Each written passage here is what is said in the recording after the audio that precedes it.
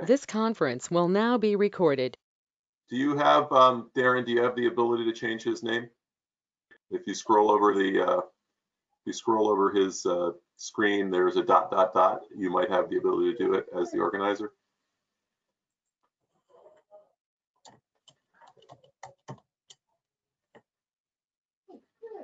There we go. Now we know who's talking. 2 is Peter, right? Yes. So I'll do that too. Sure.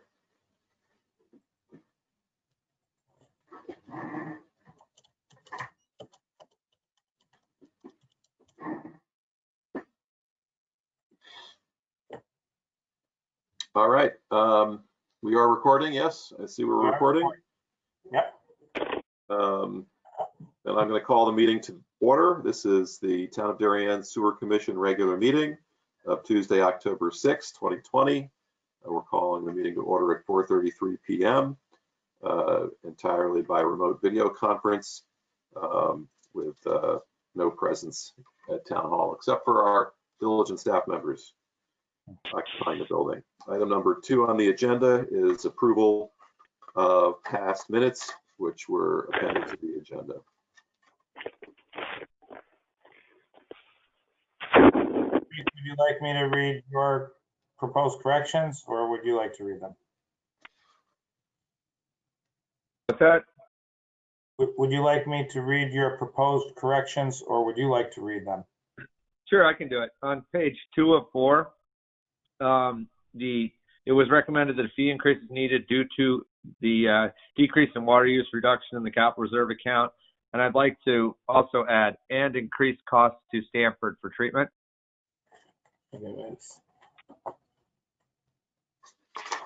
And then on page 3 of 4, in guidance, the guidance brochure to provide tenants, I would like to add, the Town of Darien would like a one-page condensed version as an option for landlords to put in residential leases, adding as an option.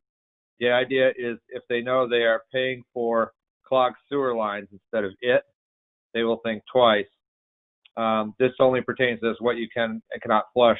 The commission, and I'd like to strike, thinks educating the public is good, and replace it with strongly supports all ways of informing sewer users of their responsibilities. And I've emailed that to Darren and texted it to him earlier. So I got if you want, he I'm sorry, can you go to 204, your correction on page 2? I missed that. 204, yeah, sure.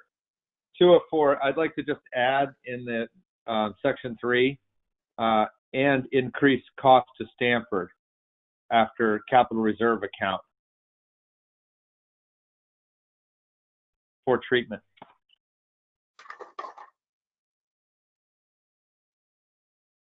And if no one else has any tweaks, I'll make a motion we approve.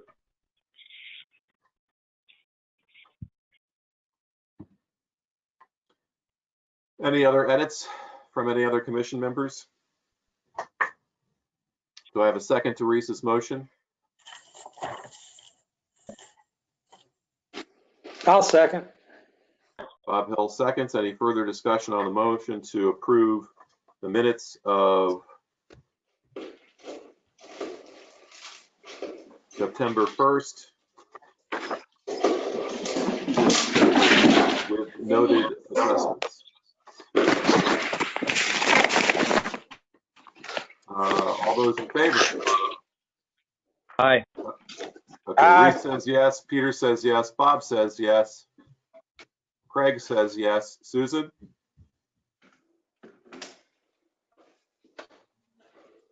Susan, you're muted if you're trying to cast your vote on whether or not we are approving the minutes. Perhaps she is momentarily distracted.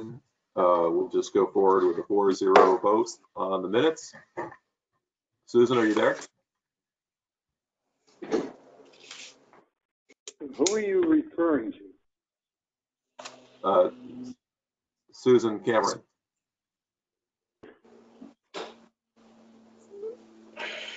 Still can't hear you, Susan, if you're trying to talk.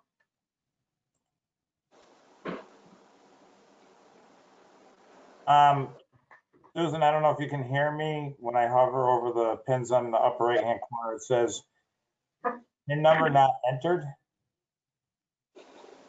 Send audio pin to enable muting.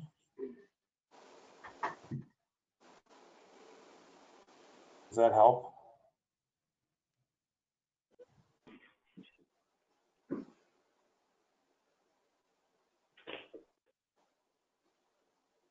Okay. Who is caller number 5? Is that you, Susan? Can you hear me? Yes. Now we can. Caller number 5? Yeah, okay. Well, you couldn't hear me when I was just playing Susan, so okay, I'm back. Okay. Caller number 5 is Susan. Do you have an opinion on the minutes, Susan? Coons, K-O-O-N-S. Kip Coons' last name has an S on it. That's on page 4, number 7. Just FYI. What page? Okay. Under 7, new business, first sentence. Oh, 7 business. Okay.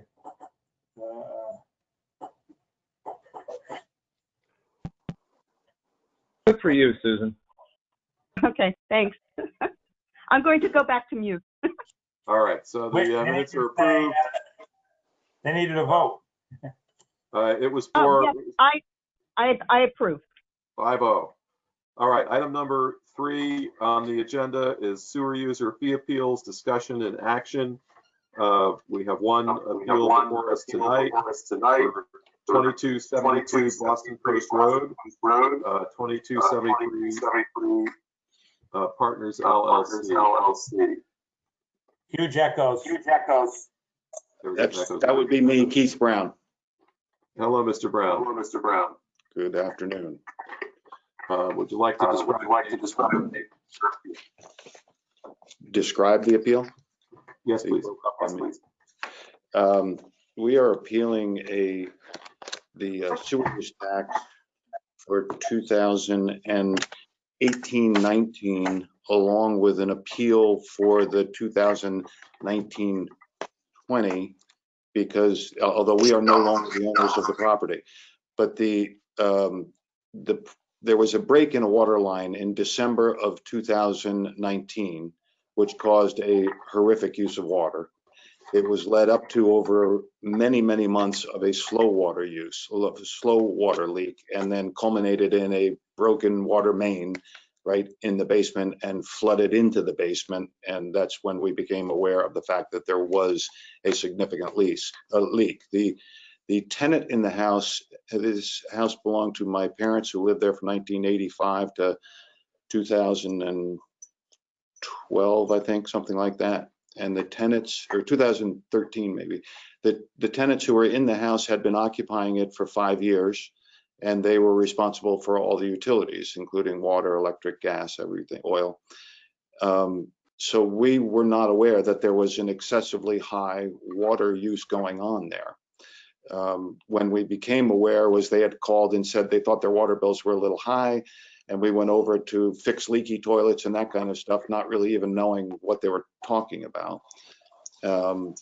And really didn't become aware of the fact that we had that kind of, so that the sewer use in 2018 was the same as it always been in previous years for the last 15, 16 years, 20 years maybe, I don't know. But we didn't become aware of that there was a significant problem until November of or October, whenever the sewer use bill comes out each year. And then we started looking into why that might be higher, but didn't really come on to what the problem was until the pipe burst and flooded the basement. So we're considering that our water use was excessively high for the 11/1/18 to 3/31/19 period that you use for calculating it. And because this happened in January, it will be excessively high again for the 2020 list.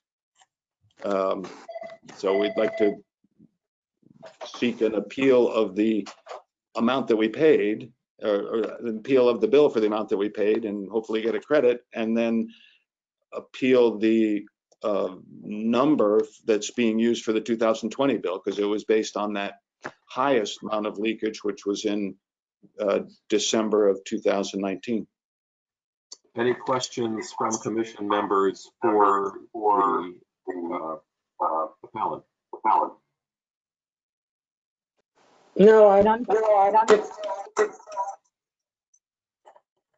The leak is clear.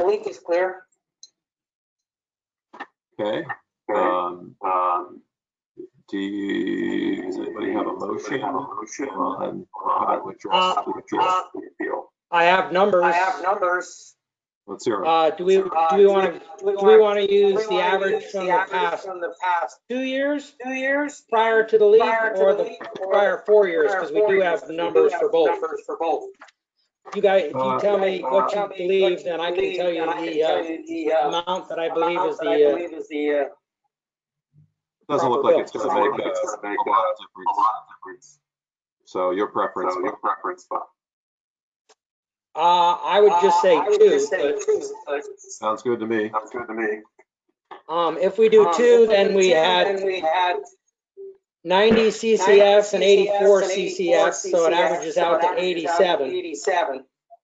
So for 19 at 87 CCFs at 610, it comes out to 530.70. And for 20 at 87 CCFs, it comes to 569.85. Okay, so we have a motion on the floor to grant the appeal and modify the 2018-19 bill to $530.70 total, and modify the 2019-2020 bill to $569.85 total. Do I have a second on the motion? I'll second it. Any further discussion on the motion? Hearing none, I'll ask for a roll call vote. Bob, are you in favor? Yes. Peter, are you in favor? Yes. Susan, how do you vote? Yes. Reese, how do you vote? Yes. I am also yes. That's unanimous. The appeal is granted. Thank you, Mr. Brown. We had sold the property in August of this year, and I'm assuming we just got another tax bill for another property we have in Darien. I'm assuming that he just got one. I can now let him know that there will be a revision of that amount. For Yeah, a new bill will be sent, correct, Aaron? A new bill will be sent out. Yes. Okay, great. Thank you very much for your help. Thank you, sir. Have a good night. Have a good afternoon. Okay, I was trying to deal with that echo. Could you tell me, 2018 was $530 and what? $530.70. And 2020, 569 and what? 85 cents. 85 cents. And the first was Bob Hill and the second was Peter? Yes. Yes. Hill. Man, thank you. All right, moving on to the agenda. We're going to take item number 4, 408 Boston Post Road, request for waiver of interest or lowering of a limit in section 1006.5. Who is going to explain this one to me? 408, the owner of 408 Boston Post Road asked that the sewer commission either waive the interest or allow them to put the bill at a lower rate. We've included in the sewer commissioner's package the pertinent part of the relevant part of the code of ordinance that sets the limit before a bill will be allowed to be paid in 2 installments. It's $500.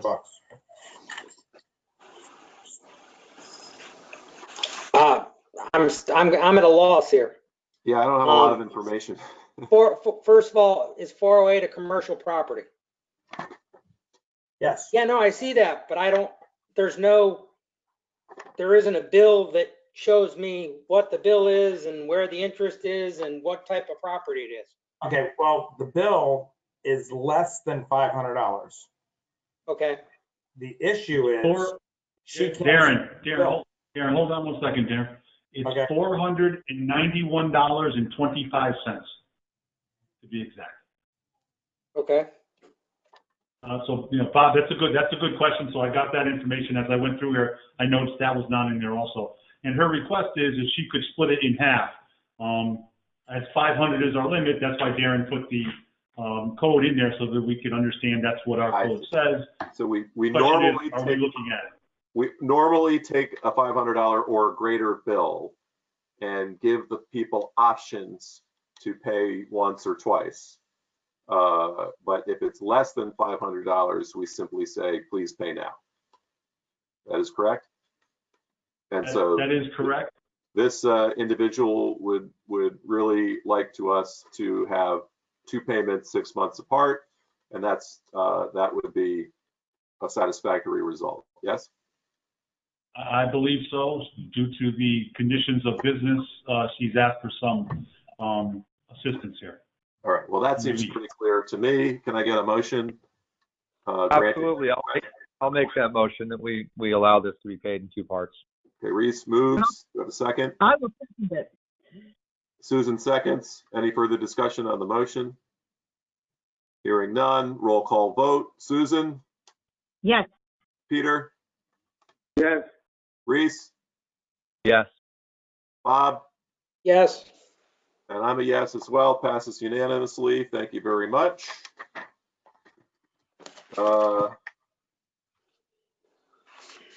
Item number 5, addition of sewer users to billing file and back charges. This sounds interesting.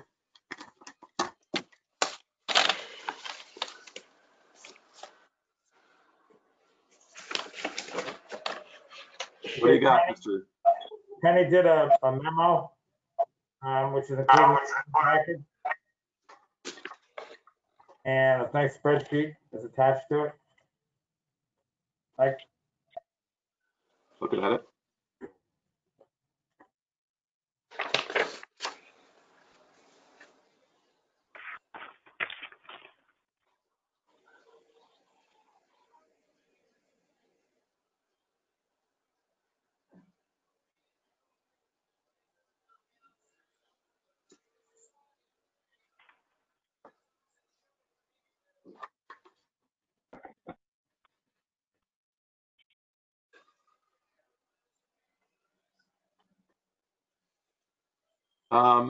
So we've got one category. Let's see these categories now. So which category is which on page 2? First, second, third. Okay, so the first is we should have been billing, but we haven't been. The second is we have been billing, but we should stop. And the third is we should start billing because they look like they're connected to the sewers, but even though they don't have a permit. Have we done any due diligence on that third group with the orange header? For instance, to look at the health department records to see if they have a septic system or if that septic system was abandoned or that sort of thing? no, we haven't done anything yet. Okay. I don't necessarily have a problem with the first 2 groups. They seem straightforward. I think we should take the first group and issue a bill for the past 3 years. And that is more than fair since they probably saved about 14 years worth of sewer charges. And I have no problem with the second group to remove from the billing list if you concur with Penny's findings. The third list, before we start sending someone a bill that hasn't gotten a bill before, I'd like to do a bit more due diligence, if you'd be willing to do that over the next month for our consideration next time. We plan on doing dye testing or something to try and verify if they're on there or not. Okay, so would you prefer we say, if you can verify that they're on, go ahead and add them and include that in our motion tonight? Or would you prefer to do the verification and then come back? That's a great idea. A question. On that group, is it possible that any of them are use well water and then that goes into the sewer? I don't think so. Yeah, in fact, aquarium, they're all aquarium connected in that third group. Yeah, the third group, they're on our GIS map, so somehow we told GIS folks that they were connected to the sewer, so they were found to be on the sewer by our map. Penny contacted Aquarian, and Aquarian did verify that those properties were connected to water. And unfortunately, no permits were found in our file. That's the part that's confusing us, so we're gonna do some sort of reconnaissance and dye test. So what's your preference? Would you like authorization now to connect them when you verify, or would you like to come back to us after you verify? I like your idea if you want to do it all at once, but that's up to you guys. Happy to come back to you if you want. Any commissioners Craig, have any questions? Go ahead. Greg, I'm very comfortable with you moving ahead, letting us go forward as soon as we make a confirmation. Anything that we think is a gray area, we will bring back to you. Understood. I'm sure that's the case. Any further questions from the commission? Yeah, go ahead. I just have a comment here. I noticed that many of the people on there seem to be LLCs, builders, that kind of crew. Whatever that means, I'm not sure. Well, it's not Could be showing entirely up as- uncommon for some Could people they have to just- purchase probably properties just through LLCs. Maybe they disconnected, a builder bought the property and disconnected or something. But we'll look into that. Bob, did you have a question? Yeah, on the second section, the blue there, the ones, first of all, the two that were say disconnected, especially the first one, it was disconnected long enough ago that I'd like to verify that that isn't actually a member of the bottom group. And I would say if we're doing it for that one, I would say so 30 Anthony Lane, 17 Lee Warden, and the 2 in Kensett, I would want to verify that there's nothing there. I think you meant 26 Lee Warden. Oh, sorry, yes. I think that's reasonable. I mean, all it takes is a drive-by to make sure that there's no structure there. So a verification on those 4 list numbers, 6055, 7365, 30,085, and 30,086, just to confirm. As sometimes happen, they build and connect and forget to tell us.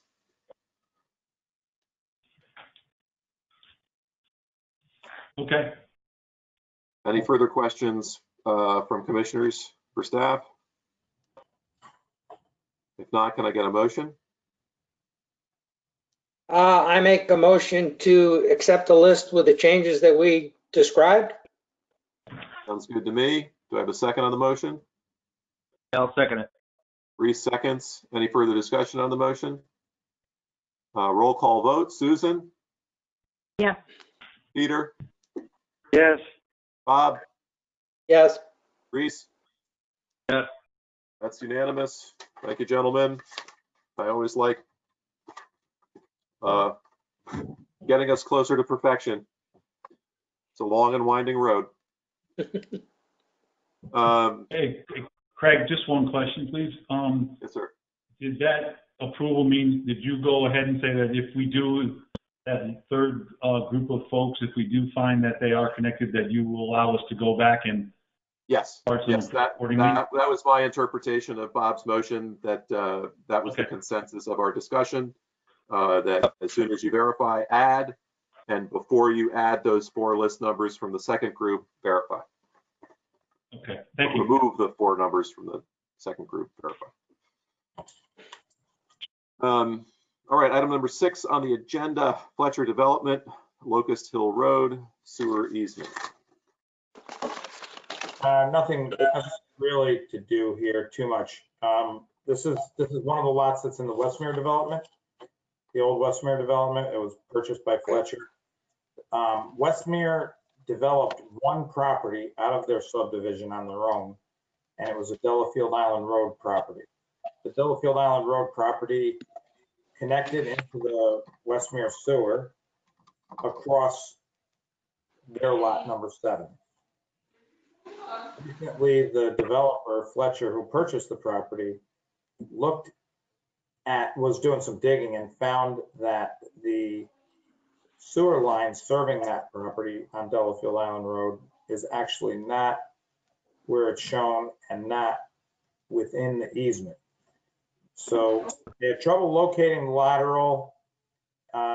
They're in the process of digging up. I'm told that they've already dug up the lateral and located it and had a surveyor out there to tell us exactly where the sewer lateral is. And they're in the process. We actually spoke with their lawyer. He was supposed to give us some stuff which didn't make it in time to get onto the agenda. I still haven't got it. But he's trying to come up with a document and a map that's going to place the easement on the sewer where it actually is. I don't have that stuff for you right now. All right, well, thank you for the update. We'll look forward to seeing it when it's ready. Sounds like you're doing the right thing. Item number 7, 88 Nearwater Lane.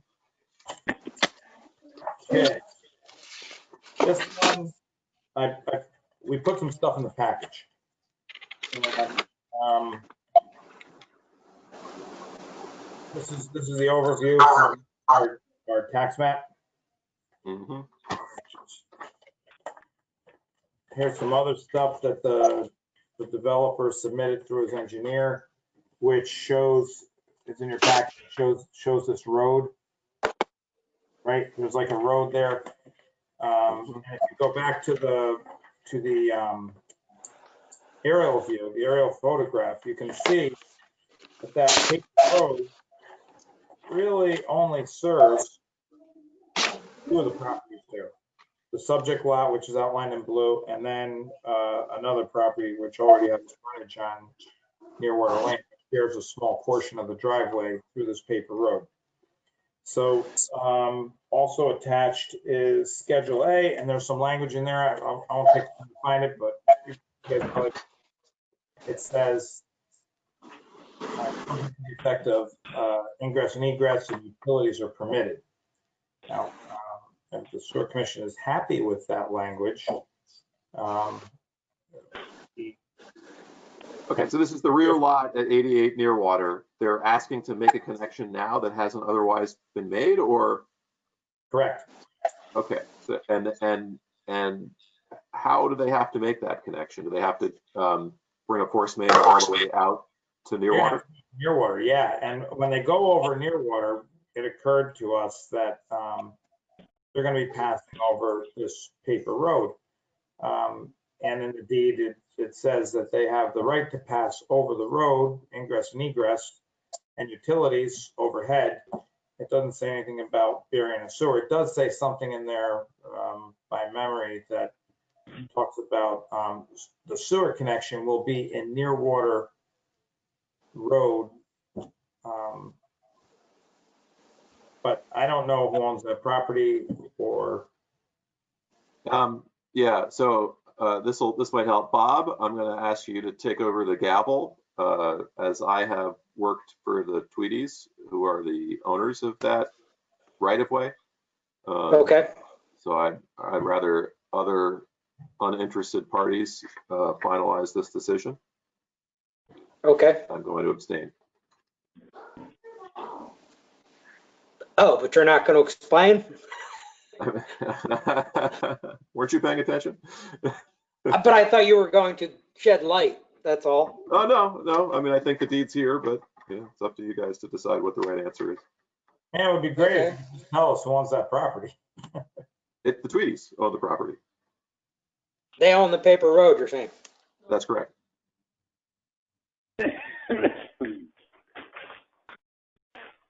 All right.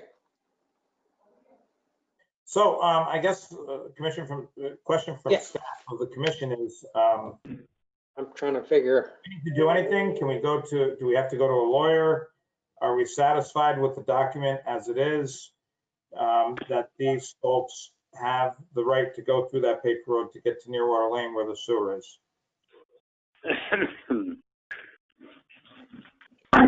Sharon, So why just- is that? Just let me clarify. Here it says 1.73 acres. That's just the part in blue? It doesn't also contain that paper road? Or no? We've got to read Schedule. Schedule A. Schedule A, it says 1.73 acres, and I don't, To me, Bob, it does not include the road. okay. No, it does not. I think it says something about bumping up against this, let's see, easement from the Tweedies. I'm sorry, Craig, I know this is killing you. So if I have this right, then the Tweedies would be giving easement permission to the Tweedies. No, you wouldn't. No. You wouldn't have the right. Different ownership. You're in ownership now. The blue is Sure, not sure, owned by the sure. Tweedies or the road. Sharon, how have we handled these things in the past where we don't know who owns what, who has what rights? Most recently, Salem Straits, we had a title searcher do the work and we found out that the property wasn't owned by the Salem Straits Association. The previous. You also had Paul Harris figure out part of Clock Hill was owned by the developer, and he purchased that part to run the sewer, didn't he? When he did Clock Lane. That's correct. Yeah, and he did the title search in that case. I think that's what we need to do is just push back and they either need to figure it out. I don't know how we figure it out from what we have here. Well, and Well, what this tells me is that the Tweedies got an easement, Cook from David A. Earl and Penryn A. Cook and Barbara A. Earl, Residence Trust, to James E. Tweedy and Margaret Tweedy. And then there was another easement from Barbara Amar Earl to James D. Tweedy and Margaret Tweedy. So it seems to me these people have to get an easement from the Tweedies. I think rather than trying to play Matlock here and figure it all out, let's just send this to Wayne Fox for comment and see what they come back with the road to prosperity is here.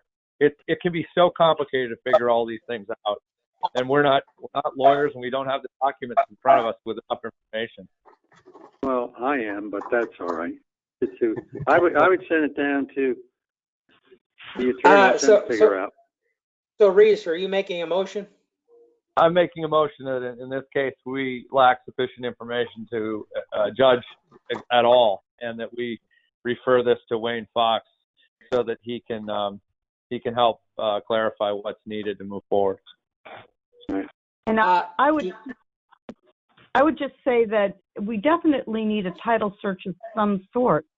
That we just again, we don't have the information. We need something, and maybe Wayne Fox's office can provide that.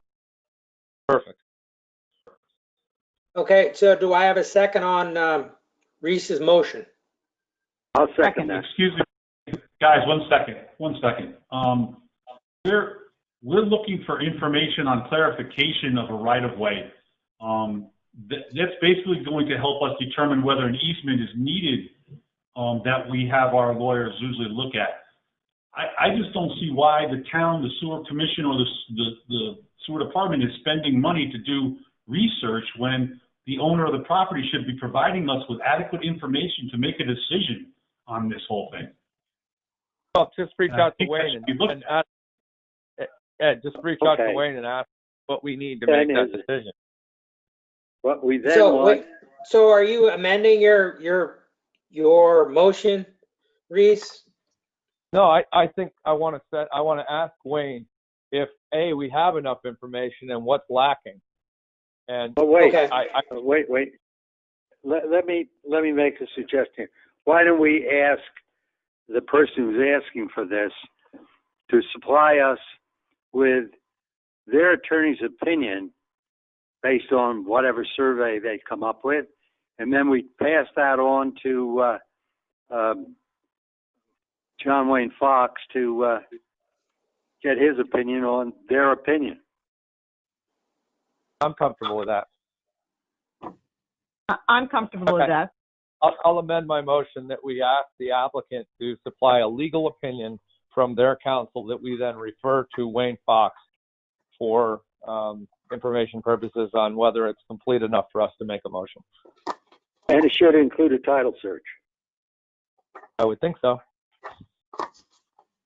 Not being a lawyer, I would. So we have a motion and a second, so we will take a roll call. Reese, Yes. Susan, Yes. Peter, Yes. and I will also be a yes. And I'm assuming that, or I know that Craig is abstaining, so it's 4-0 with an abstention. And I will gladly cede the gavel back. Thank you, Bob. Well done. All right, item 8, guidance brochure for property owners to provide to tenants, discussion and action. I've got to rotate this image so it's upright and I can read it. All right.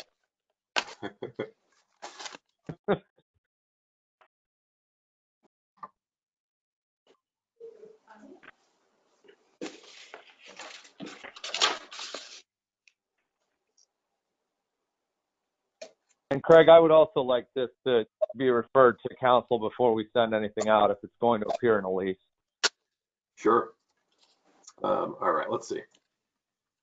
The house you have leased is connected to the Darien sewer system. The department has a specific list of items not allowed in the town system.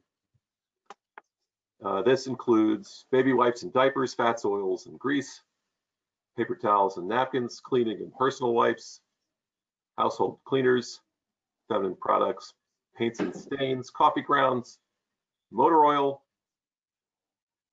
and auto fluids, meat and poultry bones, medicines and needles, eggshells, and fruit pots, and all lawn care products. Should you, the tenant, be found to have disposed of these items and it causes a clog to the internal plumbing or lateral to the town sewer, you will be responsible for costs associated with cleaning and removal. I think if we're suggesting this as an add to a lease, we should stay out of internal plumbing. That's up to the landlord to decide they want to insert that, in my mind. Well, that would be inserted in a lease for the landlords to insert. That was my concept. I just took our items, kind of like taking the responsibility back to the person flushing it inside the house. Yeah. So, so let's put this in the landlord-tenant relationship. Reese, as a landlord, well,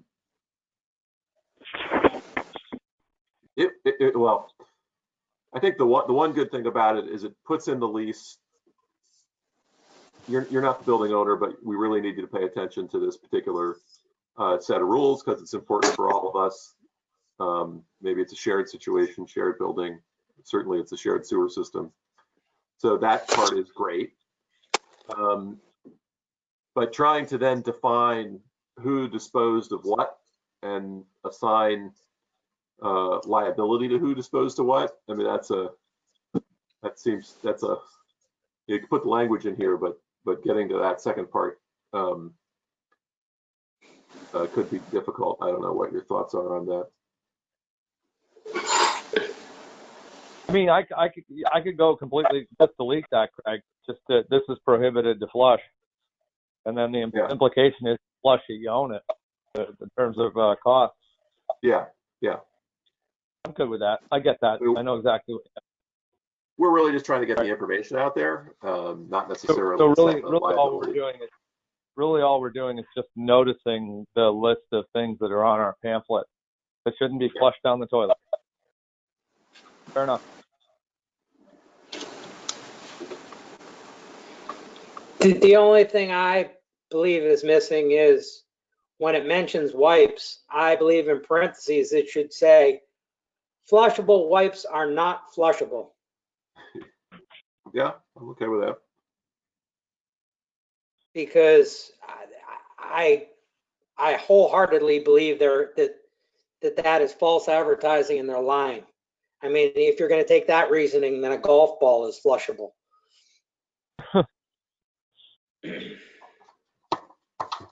Only if you have a Toto or American Standard Max.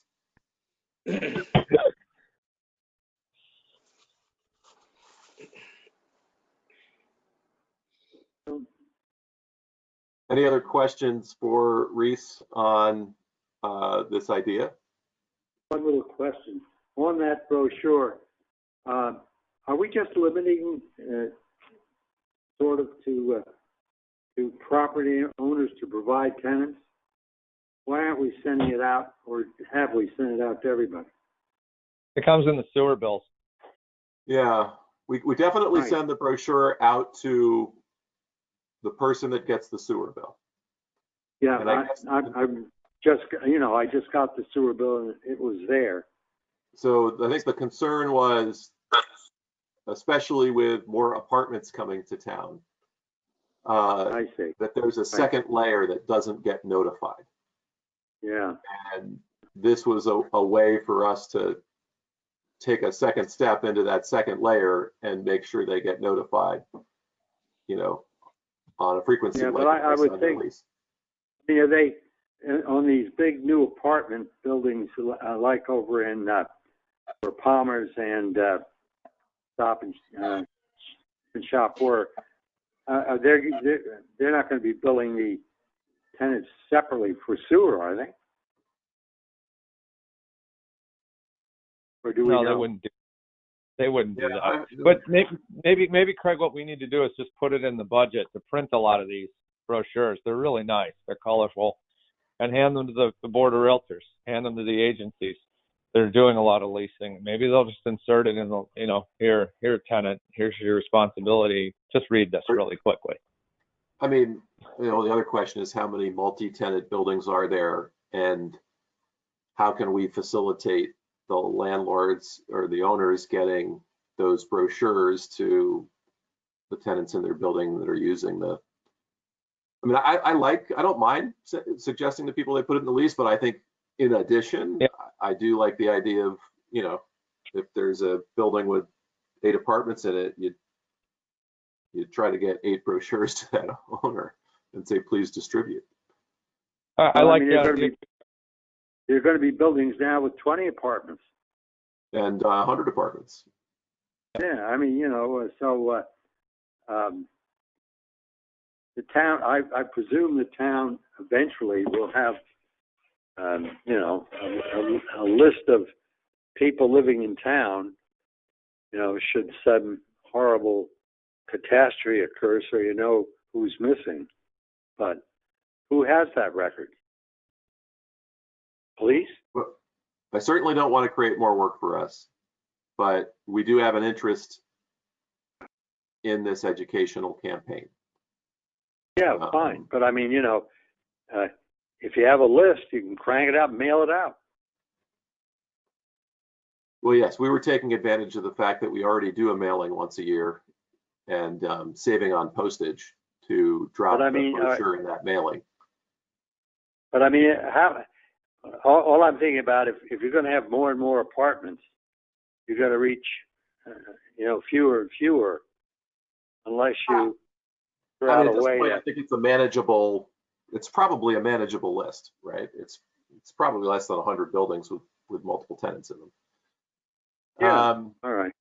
Well, we And so- could also take this in two pieces, right? So we could take one piece being Reese's suggestion that we talk to the attorneys and the realtors about, and the landlords, and about notifying their tenants of this responsibility in the lease. And then I think a second separate idea, which doesn't have to follow the same path or decision, is how can we extend our public education campaign to people using our sewers that aren't necessarily paying the bills and receiving the brochure. Right.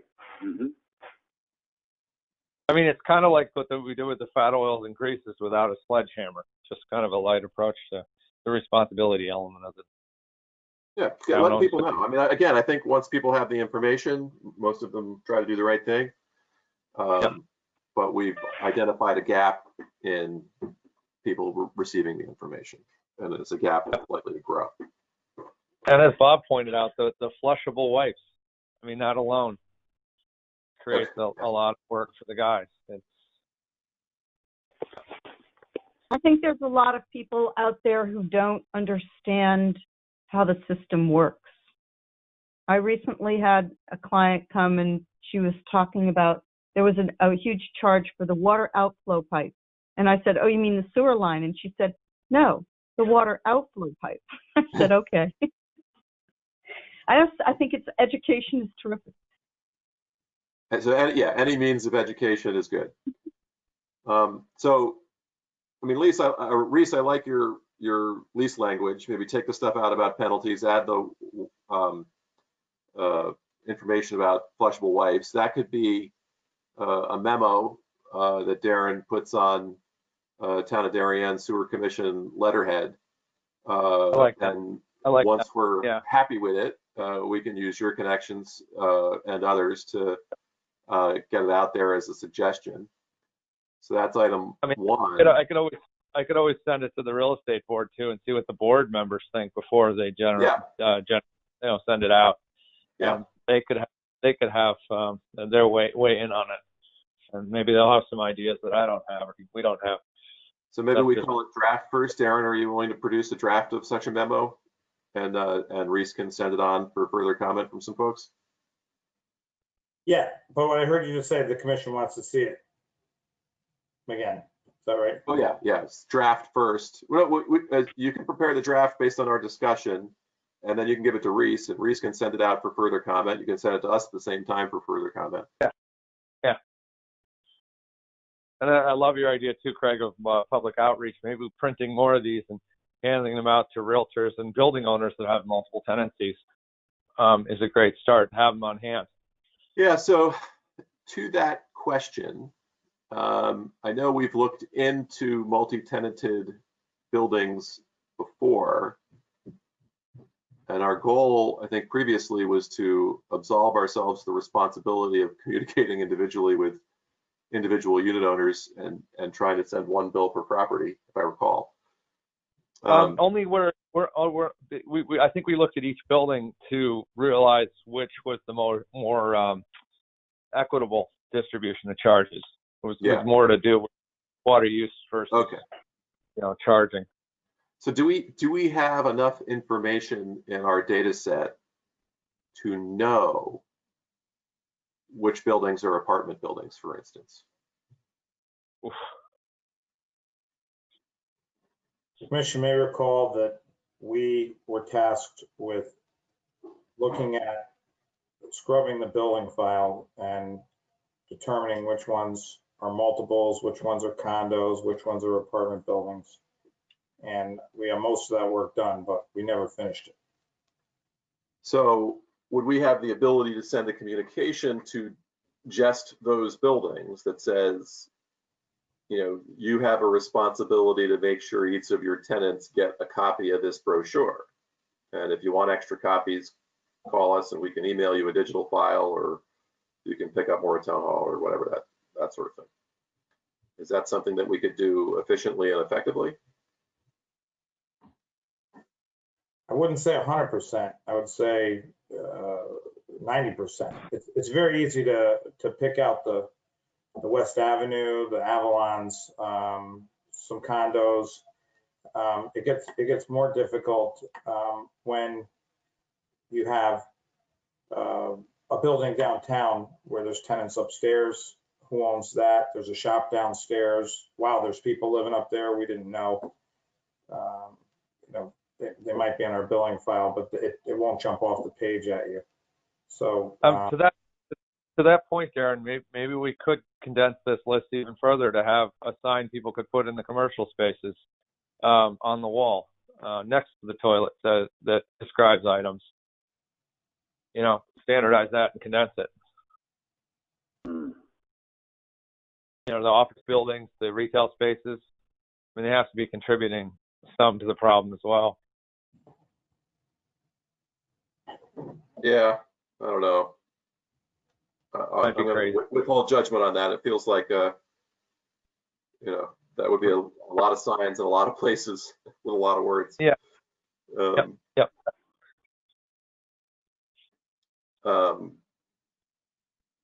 So let's see how Darren goes condensing this into a memo. If we need to drop a few of those items like eggshells or chicken bones, I don't know what. Maybe pick the more important ones if that makes sense. I don't know from your perspective, Darren and Ed, what's in the sewer that's the most important to keep out.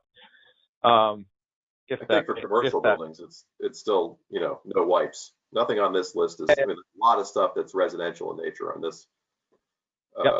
On this list. So we're really looking for apartments. We're looking for apartment dwellers to try to get an audience with the folks that are separated from the building ownership and the sewer user charge and educating them. I would love to have a list of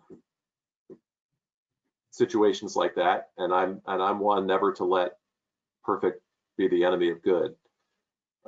So if it was 90%, you know, that's 90% more than we're doing now. So if it's easy for us to attempt to curate a list of apartment buildings or buildings that may have apartments in them, I think we should start curating that list so that we can communicate with the landlord owner saying, you know, we'd love for you to help us make sure your tenants are educated. And they get copies of this brochure. Just food for thought. I would say that one of the bigger users, and I won't say that they put them down the sewer system, but one of the bigger users of wipes are cleaning companies. Yep.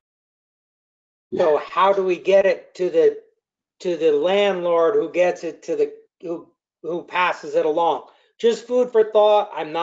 I don't have a suggestion, just something to throw out there in our strive for perfection. You are right, Bob. I agree with that concern. So to move on with the agenda, I think I don't need a vote right now. I think consensus is let's prepare a draft of that memo. You will distribute it to the commission, including Reese. Reese will look for other comment on it. We started a dialogue about how to curate a list of apartment buildings in town. Darren, if you could maybe work with Penny and give that some thought, see how easy it is to put together. We'll talk about it more next time. Okay. Everybody good with that? Yep. Yes. Okay.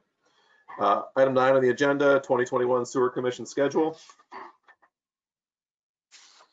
I assume you want to follow the same first Tuesday at 4:30. And are there any dates that doesn't make sense, Darren?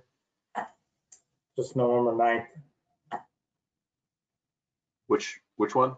November 9th is the only one that's greater than 7, so that wouldn't be the first Tuesday. Okay. That's the election. Tuesday, Sorry. 2021. I don't see the list in my packet. Last page. I tore my packet up. I can't find the last page anymore. Ah, there it Okay, is. here it is. Got it. I got it. Any concerns or comments? It looks good to No. me. All right, can I get a motion to approve the meeting schedule? I'll make a motion. We approve those dates. Second? I'll second it. All right, Peter seconds. Roll call vote. Susan? Yes. Peter? Yes. Bob? Yes. Reese? Yeah. Schedule passes unanimously. 10, you gonna let us back in the building? Ed? That's what 10 is, right? We don't have a choice, so we opened up to the public on Monday at 8 o'clock in the morning. So Okay. we're back open. I think it's at the, it's at the commission's discretion. It's a high volume next 3 months for appeals, generally speaking. I don't know if we have quite as many as we did the first week of last year. So over the next couple of weeks, we'll probably start, getting them in, doing the research on them, logging them in. As I did last year, I'm going to try to limit the number, for your meeting nights. So we're not here till 8 o'clock at night, though I know you guys would like to get as many done as possible. So we'll kind of weigh that and balance that as we did last year. So that's an interesting The question point. is, if you guys are interested in coming back into the building and doing them here, I will present that to Kate and make sure she's comfortable with it, as long as we provide social distancing for these folks and they follow the rules about coming into this building. So a couple of thoughts. One, I just want to remind everybody that, different people have different levels of risk, and different people have different levels of anxiety and concern over in-person gathering indoors. So it's not just how one individual might feel about it. We have to consider the concerns of all involved.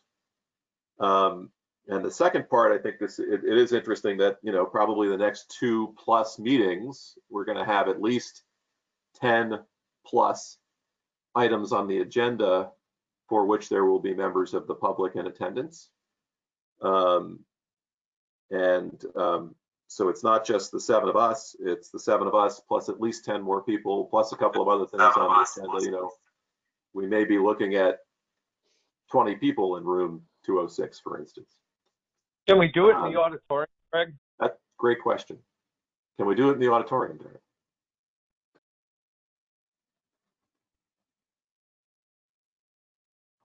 I like, if for the appeal hearings, I love the idea of doing it in the auditorium if the room is available.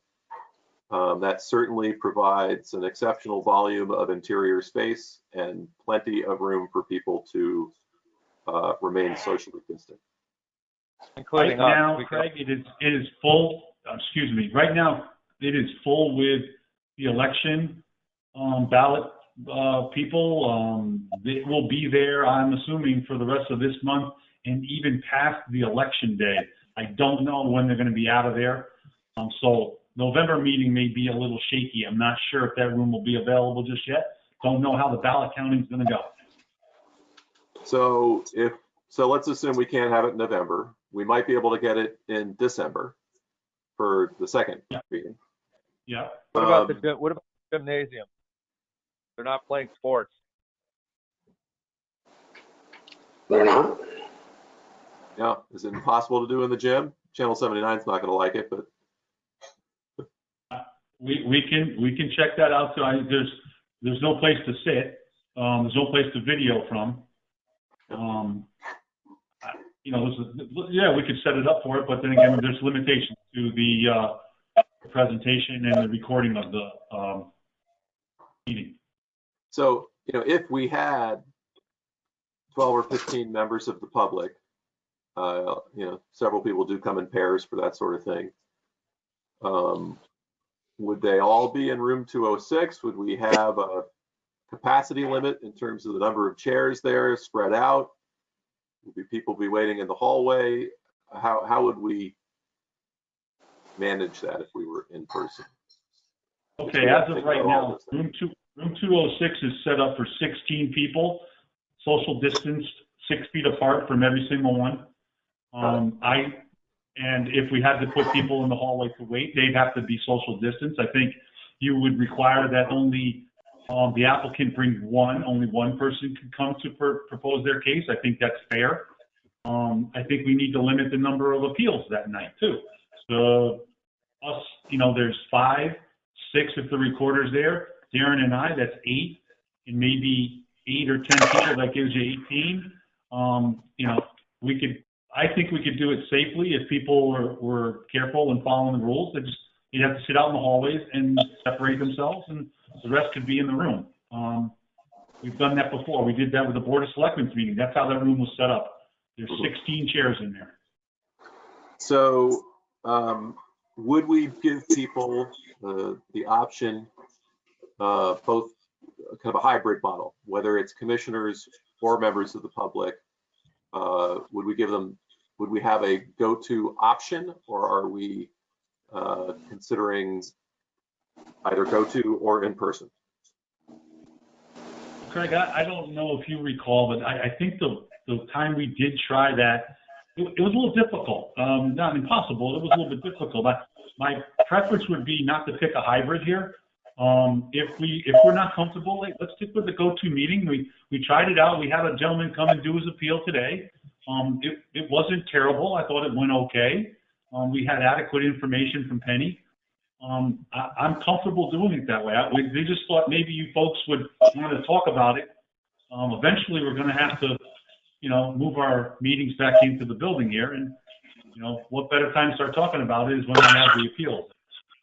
So the other thought, I do think giving a member of the public that might not want to come to town hall in person could be as simple as a conference call, right, on the phone. It doesn't have to be a video Zoom meeting.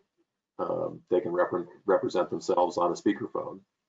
I think that's reasonable for most appeals. Yeah, I think that's reasonable. Yeah. I like that a lot, Craig. And Craig, please, and commissioners, please understand, we're not saying we should be doing this now.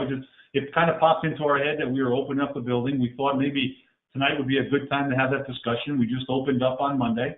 And listen, there may be people that aren't comfortable. There may be commissioners that aren't comfortable. That's fair. That's a fair concern. And, I think what we did tonight shows that we can do the appeals via go-to. It's not impossible. We could do a Zoom meeting. I've gotten very comfortable with Zoom meetings, and sometimes I like them better. Certainly saves a lot of travel time. Craig and Ed, one way we could handle this too is many of the appeals, if we had adequate information, we wouldn't need people there. Yeah. It's just the time where we don't, and what we could do is continue those for additional information or a phone call to the next meeting if we're not able to come to a conclusion. What do you guys think about that? Let's take this one step at a time. Let's say we all now understand that there may be occasion we're going to be in room 206. There may be occasion that there's going to be 16, 18, 20 people in that room, or maybe if you wait in the hall. Just a straw poll, who is comfortable coming back to town hall under those circumstances? Susan? I would be comfortable. I have to say I had a lot of difficulty understanding Keith Brown because there was a horrible echo. Yeah. So everything was echoing, and it may have been from Keith's phone. I'm not sure if he was maybe doing speakerphone and it was bouncing, but because I didn't have that problem other times during this meeting, but I couldn't understand him. You're comfortable in person. Zoom or virtual has some limitations that make things a little clunky. Peter, do you have some thoughts? I'm comfortable with it. There's distancing, and you wear a mask or not, depending upon the situation. Seems okay. Bob, do you have thoughts? I'm comfortable with it. Reese, thoughts? I think I'm comfortable with it at this point, unless things change, Craig, and again, we're all subject to that. And Yeah. also, I think your kindness for what other people perceive is so important right now, including the public. So if anyone from the public says that I can't make it, I really want to participate, I think we should try and accommodate them. Yeah, I agree. Can I make one other? Go ahead, Bob. Can I make one other comment? Yes. I don't know. I don't want to sound that like pompous at all on this one, but I usually read these things to death, and ask most of the questions that the board ends up asking prior, maybe to Penny or whatever.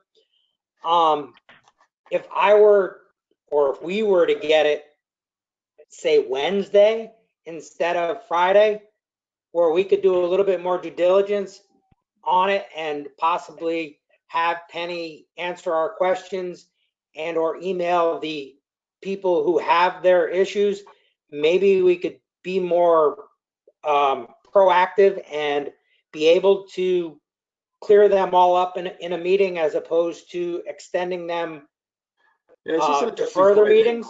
So I'll take the town of Greenwich. Wetlands Agency has 3 levels of permitting. One level is you can go right over the counter and staff has the authority to sign off on certain activities that are de minimis. The second level is called an agent review. So staff has the ability to evaluate an appeal and say that falls in a super standard bucket, and we're going to take that and put it in the category recommended for approval. And then there's a third category, which is this one needs to be reviewed by the agency.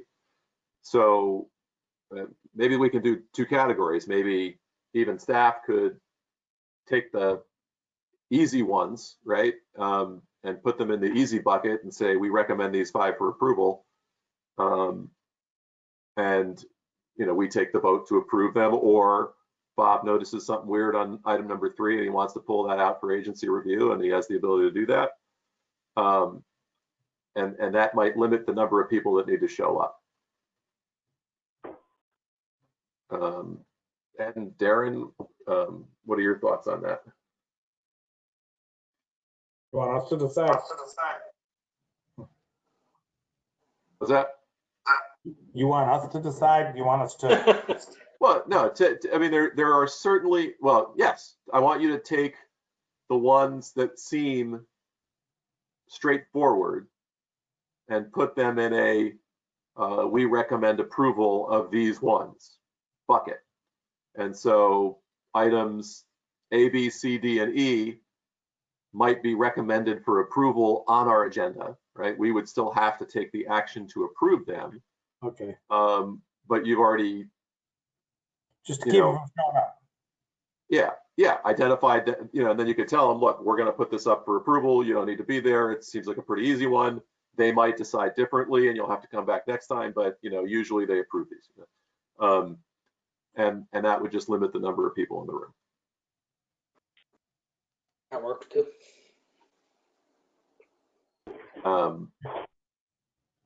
Ed, any thoughts on that? No, the timing is important to us. We generally, that last week before that Friday, we're putting information together. Some of it our own issues with timing. Some of it has to do with the neighbors getting us information or residents giving us information to provide in your packages. So the timing is important. That it could be an issue. I don't want you guys to be shortchanged and not getting what you need, but I like the idea of kind of weeding out the low-hanging fruit, if you will.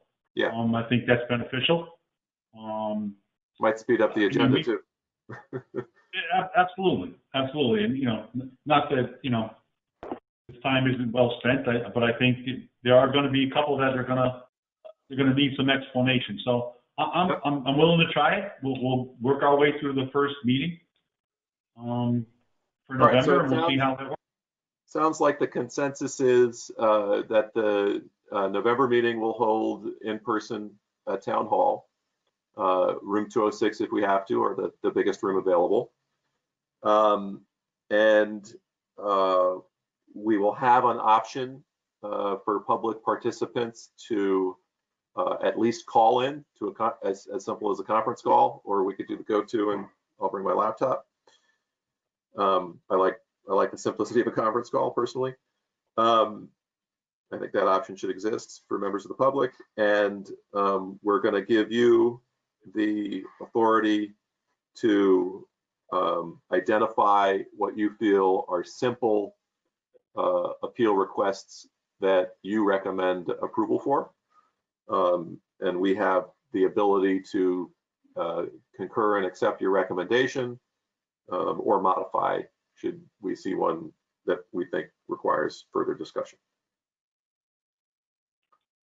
All right, hey Craig, one thing, I will go and speak with Kate tomorrow to make sure that having this meeting with the residents participating is okay with her. Sure. And see if there's any requirements or special conditions that she'll have. My guess is she's going to lean towards, if she does allow it, and I don't see why she wouldn't, but you never know, that she'll require that everyone wear a mask sitting in the room, unless you are speaking or something like that, and you need to be heard or something like that. Yeah, no, I think we've learned a lot at this point. If you're inside with multiple people, you should have a mask on, regardless of how far away you are in the room. I'll just add, the next meeting is November 10th. Okay.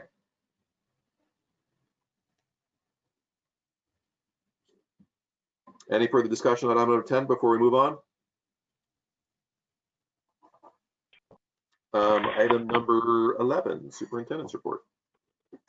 All right, Superintendent's Report. We have Seagate Pump Station finally getting off the ground. We have our electrician. We got our quotes back. We got some decent numbers. The other piece of the puzzle is we have conduits we have to run from Seagate to the pump station electrical equipment behind the YMCA. So that's going to get started, if not the end of this week. I'm kind of next week they're going to be doing the digging and pulling the lines through. We also are working with Kovacs, who handles our pump and valve replacements on this project.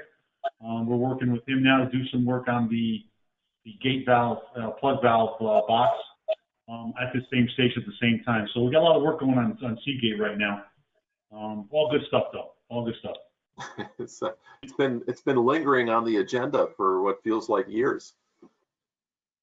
Yeah, I'd like to say it's all Eversource's fault, but I really actually can't say that out loud. You know, there's some of it came down to decisions on, you know, electricians and making sure that we had a proper package put out there that we're getting the right work done. So, but we have that now. We're ready to go. Well, look, I mean, I think in general, our focus on the care and upgrade and proper documentation on all of our pump stations is excellent and has been excellent. Since I've been a commission member, you know, I don't recall a pump station driven outage or overflow with these things running on backup generators and being monitored by personnel. So it's all about preparation. So do whatever you have to do. All right. We'll get that started. We'll give you an update next meeting. Let you know how we're doing. Yep. The item B. We did our first half of our pump station inspections with Arcadis on October 10th, last Thursday. The other half is going to be this Thursday. So we got through, I think, 6 out of the 14. They're looking to try to finish the other 8 of them this Thursday. Everything's going well. They did near water first. I asked them to work on that one first and then worked our way to some smaller ones. But it looks good. They did a really in-depth analysis. We had the guys there with them as they were doing the inspections, providing them information and background on a lot of the equipment, its replacement, how old it was, any issues with the equipment. So I thought that was beneficial. I'm going to have the guys with them. They have a crew of 3. They're going to have our guys with them on Thursday, so we're going to hopefully finish them up. This is part of the program that they provided us an estimate for. So this is one of the items we're trying to get done before the winter time. Also, provided you folks with the flow monitoring report that they have drafted. Just waiting on any comments from you folks on what you saw, any questions you may have, any items you want them to elaborate on. I read through it. I thought it was a really good breakdown of what they found. I like their recommendations as far as targeting certain areas. I think it's glaringly obvious where we have some problems. If you call it, again, want to call it some low-hanging fruit. We have one of those out there too that we're working on. That's the Corbin Drive sewer. So I think we found some good stuff, and I think it's going to be a benefit once we get into the designing and implementing the capital improvements. Yeah, I mean, really, all the report did for me. I mean, it was a very thorough report. I really like learning about the logic of how they take large areas and break them down to be able to find problem spots. That's super interesting and makes a lot of sense. But really all it did for me was get me juiced to start. Like when do we go after the problem spots? When do we start fixing stuff? When do we, that's, I already want to get to step 2. So what's the answer to that question? When do we get to step 2? Okay, so let's go to item C, paying for it. Sewer bonding. Money. So last month I went with your approval, I went to the Board of Selectmen and the Board of Finance for approval of the bond resolution in the amount of $2.34 million.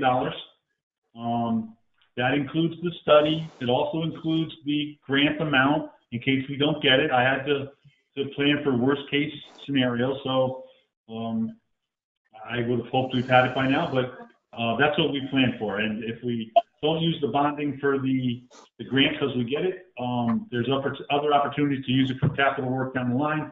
Approved up to $2.34 million. As of right now, we submitted a sewer bond authorization to the RTM yesterday. Rules Committee put it on the agenda for this coming Monday, the 19th of October. I'm guessing I have a meeting or two to go to with F&B and possibly, I think most likely Public Works committees.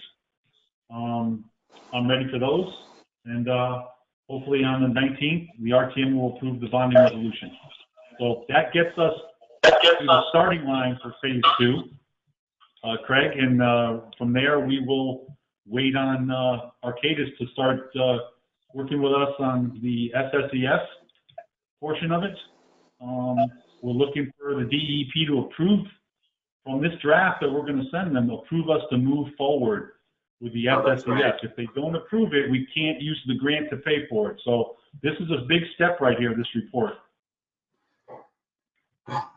So you wait is your answer. So wait for the money and then we have to submit to DEP and wait for their approval. But once we have the money approved and we have DEP approval, then it will be, does Arcadis handle the contracting in terms of putting the companies and contractors in place needed to do either the video work or lining work or, to find that next step? Yeah, they have a process they go through that where they'll go through the SSES portion, the smoke test, the video cameras, all of that identification, and then identify areas that need lining, manhole epoxy, replacement of pipe, whatever it may be. They'll help you put bid packages together or help you hire people to do certain work, where it could be lining, getting quotes to do lining. I think from that point, I'm going to maybe look at managing some of that ourselves to save some money. And I think we're able to do that based on the magnitude of the work. So not knowing exactly what we have just yet, I'll be better versed maybe next summer after we go through that one more spring. And Okay. So be patient and methodically work the process.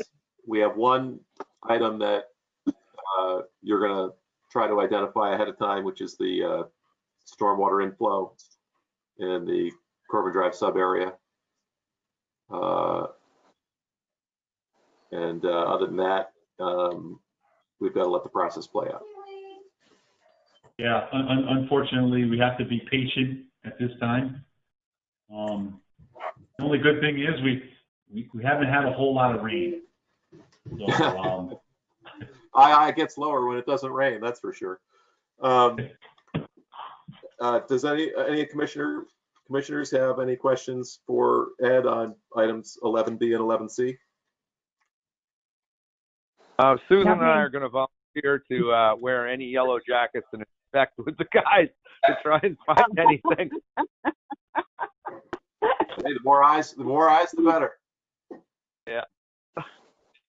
All right, 11D, I assume this is on here because we balked at the public hearing or just before the public hearing on establishing connection fees as a part of our regulations for new connections or expanded connections into the sewer system. And really, I think we should identify what steps do we need to take so that we can get comfortable. I think we all generally agree we should have connection fees and they should be defined and understandable. I think the hesitation by a couple of members was really over the size of some of the larger commercial fees that might be assessed.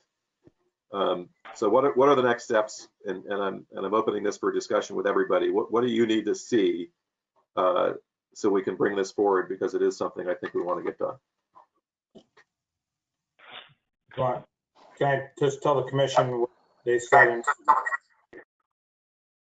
Okay. Well, the commission did decide not to put it on the public hearing with the other two issues, which was fog and the sewer rate increase. And the commission said they wanted the greater of the two. So, for example, if the property was being charged a connection fee based on the difference in the meter size or the difference, the commission asked for the difference to be charged for people who are already connected. And then if you're going to charge them a connection fee to reconnect. There were two things that I remember. One, we said in a mixed use scenario, you are either charged based on the size of the service coming in, or you are charged on the breakdown of uses that are being served between commercial and apartment. And you had to pay the larger of the two, but you didn't have to pay the addition of the two. That's correct. And then the other part was, you know, when you go from 2 apples to 4 apples, you're only charged for 2 apples. Yes. So you get to deduct the existing connections and the assigned cost of those sized connections from a new larger connection. So yes, I do remember those two things. I do want those two things in the connection fee. I think that was the consensus of the group. Again, I think the sticking point was the size of the fees. I think you had used Norwalk's, if I'm not mistaken, which turns out are lower and sometimes significantly lower than what Stamford charges. I can tell you that for a large apartment building in Stamford that has 300 apartments, it could be $1 million fee. But in Norwalk, it might be a third to a half of that. So there was some conversation, should we take Stamford? But Stamford might result in even larger fees, depending on how you look at it. They also have an algebra book on how to calculate the fees in Stanford. Craig, at the heart of the whole question is there's going to reach a point with our existing system where adding one more person is extremely expensive, right? Eventually, our capacity is going to reach the cost to improve the capacity is going to be greater than the fee generated at some point, theoretically. So we have to get ahead of that as time goes on and charge accordingly, which we really haven't done up until now. Yeah, I mean, I think it's an investment, right? You know, we have this, as Bob might say, $200 million asset.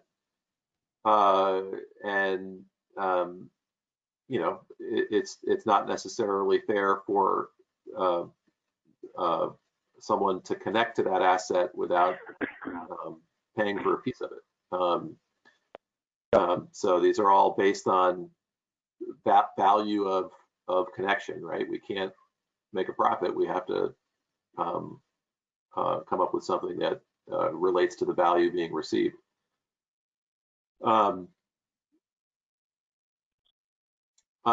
Maybe Susan, I'm going to call you out on this one. You had hesitations about this, the scale of the fees. Maybe you could take some time to look at the information that's been provided from other municipalities, maybe look at Norwalk again, maybe look at Stanford again, and identify the things that maybe you're comfortable with, or identify the things that maybe you're not comfortable with, as a way of trying to find consensus for us. Okay, I have to apologize. My phone dropped you a bit ago, Okay. so I missed all the beginning of this, but Yeah. I'm back. Okay. We're talking about that last user fee that we didn't change? I went back and looked, and the one I remembered was Bethel, and I think I spoke to you about that afterward. And you pointed out, because Bethel was so simple, and you pointed out that Bethel does it by square footage, and that's not as appropriate as using the size of a pipe. That's and correct. So beyond that, if it's what happens in other communities, then I guess, you know, it is what it is. I agree we should be charging for it. I just, the amount just seems so large. But Yeah, I felt but I like, you could have a 100,000 square foot warehouse that uses no water, right? And you could have a 1,200 square foot restaurant that's pumping the dishwasher 3 meals a day. So to me, the size of the water service coming in is an indication of the potential water use for structure. And that is, to me, the easiest way to assess that, better than use. So I do like. so I think I'm comfortable with whatever is being proposed, because I believe all of you have more knowledge as to what is out there in other communities and what's appropriate to be charged in a commercial application. So Darren, maybe you could add those two things we just discussed: the mixed use verbiage and the ability to remove the existing verbiage, and recirculate the proposal along with the fees that would be charged depending on water service size. And we'll take a look at it for the next meeting for further discussion. That is what the commission said in August. Okay.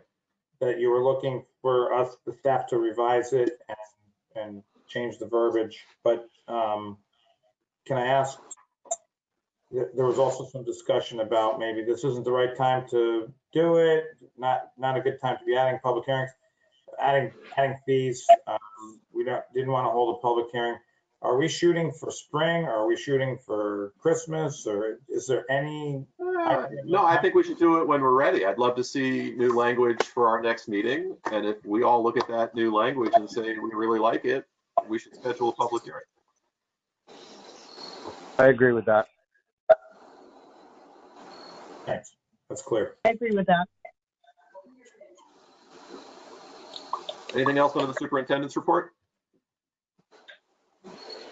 Mine's kind of that. It's a couple questions that I missed last month. Go ahead. What is the status of the West Avenue pump station? During that storm, you were having issues with the generator overheating. They were in the midst of repairing and replacing that radiator last week. I'm assuming that it has been completed. Okay. And then while I was walking my new dog up at Ox Ridge, I noticed that they have a generator there, a large one, and I would guess that the new school is going to get a new generator. Is there any thought of asking the building committee what they're doing with the old generator? Would it service any purpose? Are ours outdated, old? I don't know exactly how many we have and the age of the ones that we have. Every one of our pump stations has a generator, Bob. So 14. There's 14. We can look into that. Probably we'll check with the building committee, see what they're doing it, or recycling it, removing it, and let's check on the size of it. If it'll be any good to us at all in any of the pump stations. That's a good pickup. We'll check that. Okay, those were the only questions I had that would, that were part of the superintendent's report. I'm good now. Anything else for the superintendent? All right, any new business? Yeah, I have one item, Craig, just an update. Okay. So you go into new business or? Motion to go into new business. Susan first? Second. Reese second. All those in favor say aye. Aye. Aye. That sounded like enough to go into new business. Go ahead. Okay. I'm sorry, we missed this getting on the agenda. We were struggling to get a hold of the DOT.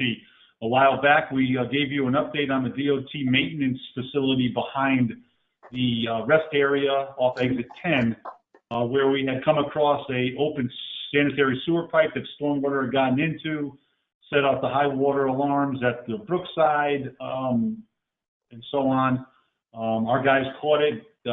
We had told you John Bacuzzi had followed it back to where this oil separator had been removed, and a hole in the ground. The water from the rain had gotten into this pit and drained into our pipe. So we had immediately stopped that. We blocked up the pipe. We got in touch with the contractor on site, as well as the DOT on site. Gave them the information on what they would need to do. Now, this was months ago. We had let them know that they should be pulling a permit, and we would need to see an inspection of the oil separators as they were put back into the ground. Basically, they were replacing one for another, updating to the current DOT standards they use on their sites. So we finally get out there to see what progress they had made, and lo and behold, the parking lot had been paved, the oil separators are in place, no inspections were found. Anybody surprised, raise their hand. It was a little disturbing. So we had Anthony Tacone do a little research, got a hold of the contractor out there, and what eventually happened was I got an opportunity to speak to Steve Hebert from the DOT today. Very nice young man.